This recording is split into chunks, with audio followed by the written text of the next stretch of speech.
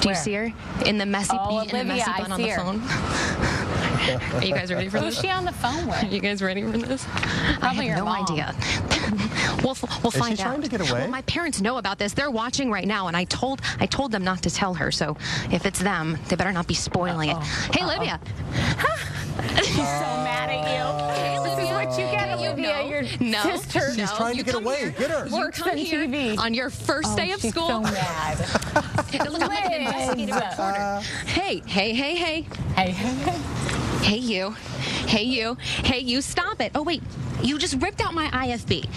On local television, millions of people watching, including our parents. Don't embarrass our family. 1 second. Don't embarrass our family. That's the main thing. This is the picture that I just showed everyone of you. You're fine. When is your first class? At 9. Okay, let's walk. Where are you? Do you need to get to your? You better hurry up. To your, okay. Can you be happy, please, to see your sister and be on television for the first time? How embarrassing. You're fine. How embarrassing. Here's the thing. I want senior Olivia Kodalik to look back on this video. And I want freshman Olivia Kodalik oh no, now the to boys talk are to seeing senior her. Olivia Kodalik. Oh my gosh. What are you saying? Staring at me. Everyone is staring at you. Welcome to my life. So what do you want to say to the senior version of yourself? I don't know. Olivia, seriously? No. Like, what's your goal? Like, what's your goal? To get through school. To get through school is your goal. And to not fail. Well, Olivia, not you fail. have just been a joy this morning. What a joy. All right, have a great first day of school and college. Yeah, bye. What a good sport. Bye. Bye, Olivia. A good Bye, sport, Olivia. Charlie. Is that what you call that? Go buy her breakfast, Liz. You owe it to her. Can that be classified as hazing? Look at her. She's like, are you still looking at me?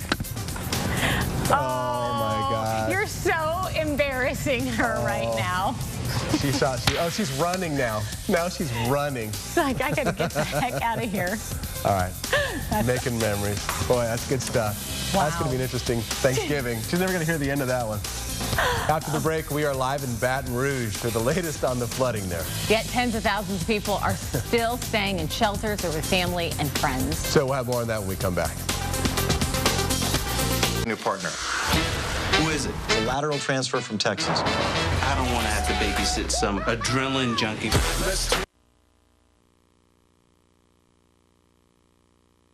I think he's probably on a couple watch lists. On a few watch lists? Yeah, a few. Interesting.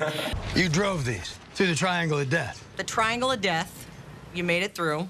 What's the worst road trip you've been on? When I was a kid with my 2 sisters, everyone's fighting. At this point in my life, I savor a road trip. I think driving and being on the road is like the most clearing thing that, for me, that I can do. I don't know if you've done the Arizona, Route 66 road I trip. have actually, yeah. Isn't that a great road trip? It's beautiful. It's really beautiful. That's the opposite of the Triangle of Death. Yeah, although in its own way, it's sort of similar. If you go in the middle of the summer and it's 120 degrees, yeah. It does feel like the Triangle of Death. I can't think of the worst one. I can think of the best one. Was my friend from high school got married in Italy, and me and three of my best friends from high school, we drove across Italy to get to the wedding, and that was really fun. Also, the ride back from Vegas. It's not a road trip, but Good or bad road trip? the ride there is great. The ride back is not so miserable. Good. You didn't have a plane? Was this a long time ago? This was not that long ago.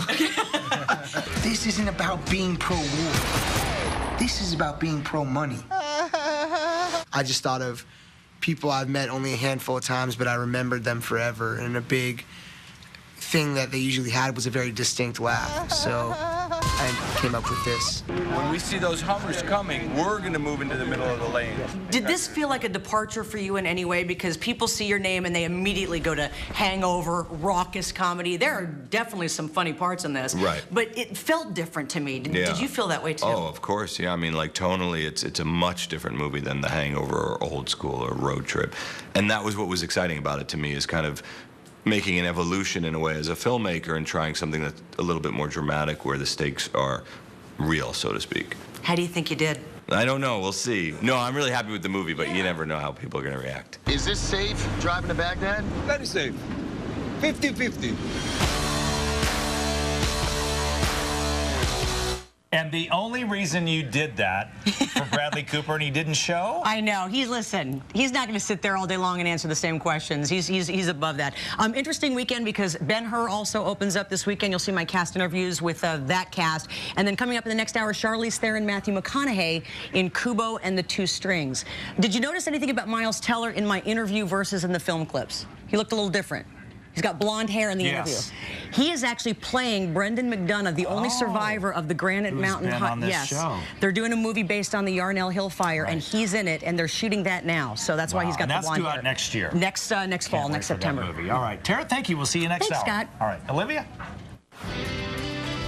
Coming up here in studio, when you think of Chompies, you usually think We'll be on the ground here meeting with